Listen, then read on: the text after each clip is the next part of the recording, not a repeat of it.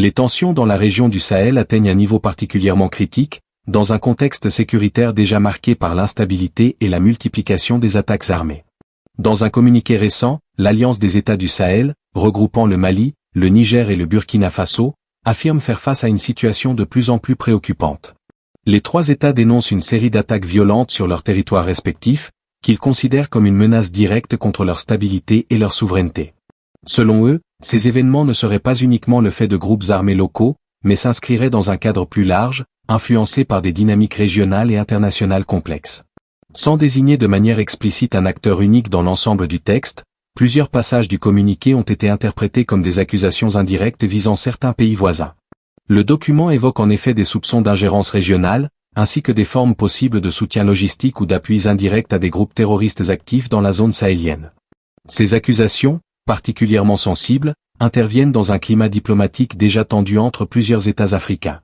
L'Alliance des États du Sahel qualifie notamment les attaques survenues fin avril 2025 de tentatives coordonnées visant à déstabiliser les efforts de sécurisation et d'indépendance stratégique des pays membres.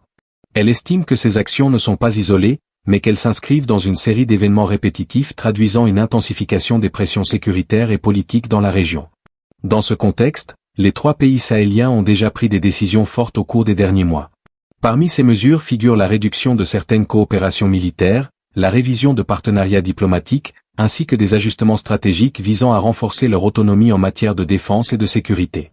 Ces choix marquent un tournant important dans la politique régionale du Sahel. À ce stade, les autorités des pays indirectement visés par ces accusations n'ont pas apporté de réponse officielle détaillée, ce qui alimente les spéculations et renforce les tensions diplomatiques. Ce silence contribue à entretenir un climat d'incertitude et de méfiance entre les différentes parties concernées. Face à cette situation, l'Alliance des États du Sahel insiste sur la nécessité de renforcer la coopération entre ses membres, notamment dans le domaine militaire et du renseignement. Les dirigeants de la région présentent cette unité comme une réponse indispensable pour faire face aux menaces persistantes et pour assurer la stabilité de leur population. Cependant, de nombreuses interrogations demeurent. Cette montée des tensions traduit-elle simplement une crise diplomatique passagère entre États voisins, ou annonce-t-elle une reconfiguration plus profonde des équilibres géopolitiques dans la région du Sahel?